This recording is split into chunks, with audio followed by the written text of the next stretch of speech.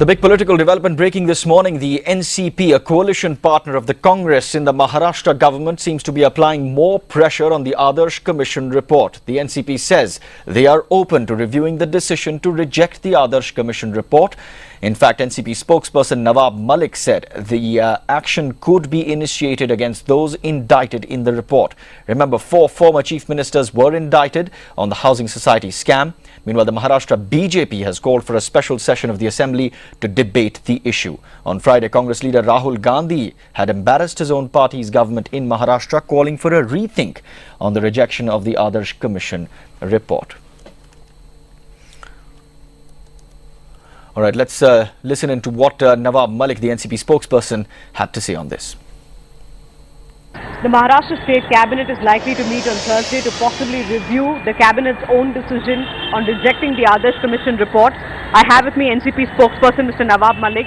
Mr. Malik, what is the NCP stand? If on Thursday the Chief Minister indeed decides to introduce this as an agenda for the State Cabinet meeting, will the NCP support a review of the decision to reject the Adarsh Commission report? We had already cleared our position. If Congress party or Chief Minister want to reconsider the report, we are ready. We have no objection. We said earlier also, and today also we stand with our words and let him bring the revision proposal, then we will discuss and take decision.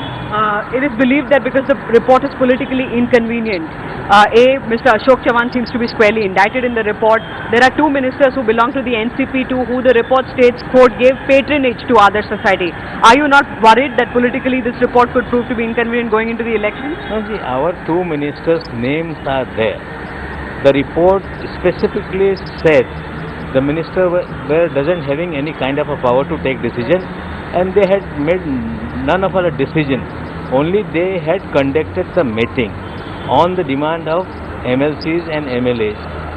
Here in the UD department, always it is headed by the Chief Minister, and there is an instruction to the State Minister, you should look after the work in Assembly as well as where you are getting letters or any demand from the MLAs or the public, you can conduct a meeting. This kind of thing, directions are there. Or Mr. Malik, the NCP has in the past obliquely sort of referred to the Chief Minister attacking NCP ministers on the irrigation matter, so on and so forth.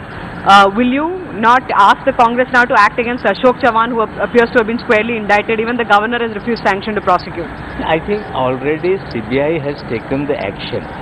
Already many of the IAS and politicians are booked under the case. Charge sheet has been filed before the court of law, and itself this commission says that there is already the matter is before the court of law, and they don't want to speak on that. I think the CBI has filed the charge sheet, and let court decide. What is the NCP's view on the governor's decision to reject sanctions? This report was lying with the government, and never even once Mr. Milind Deora or Mr. Rahul Gandhi spoke about it.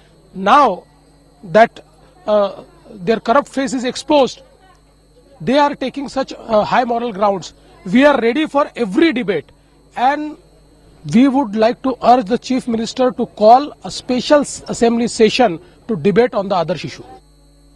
All right, significant political developments there in Maharashtra. For more, let's go across to CNN IBN's Mumbai Bureau Chief Smita Riskina joining us on the phone line. Smita, first Rahul Gandhi, now even more significantly the close ally NCP in the Maharashtra government. Pressure certainly mounting on Prithviraj Chavan.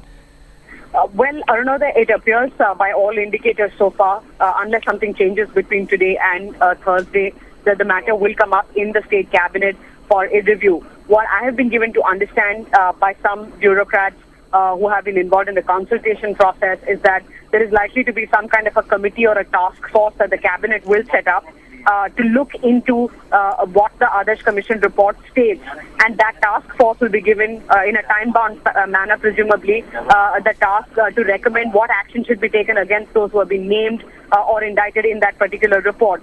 And it is on the basis of which they will be proceeding. Many within the government also seem to be indicating that the criminal action already has been initiated by the CBI. So the sanction to prosecute Ashok Chavan was rejected by the governor, but the action against the other bureaucrats, especially who've been named, the 13 of them in that FIR and subsequently in the charge sheet, remains. and that matter will proceed in the court of law. So it appears by all given indications so far now that Thursday we could see a decision of some kind of a committee to be formed or a task force to decide on what action should be taken. Right, Smita, and what impact is this likely to have on the politics between the NCP and the Congress in the state, in which we've seen, the kind of relationship that they have shared in the Maharashtra government in the past? Very little, Aruna, there. This is what you're hearing the NCP say today, and in the last couple of days we've heard Mr. Ajit Pawar make that statement where he said that he believes the decision was solely taken by the Chief Minister and that he cannot blame the State Cabinet for the decision to reject the report. Was in a sense the NCP's way of telling the Chief Minister that look, the shoe is on the other foot. The Chief Minister, since he took over in the wake of the Adarsh scam, has consistently, in a sense, kept the pressure up on NCP ministers, especially on that very controversial irrigation scam in which Ajit Pawar himself was forced to resign. Therefore, yes, the NCP is watching this from the sidelines, being rather smug about it. But importantly, politically, what will this mean for the Congress going into the elections is something that needs to be considered. Ashok Chavan, who is an important and sole Marathwada face of the Congress party and has a fair amount of support even among the existing MLAs, is an important political leader. This in a sense will be a setback for him if the cabinet indeed decides to in fact review that decision and set up a task force.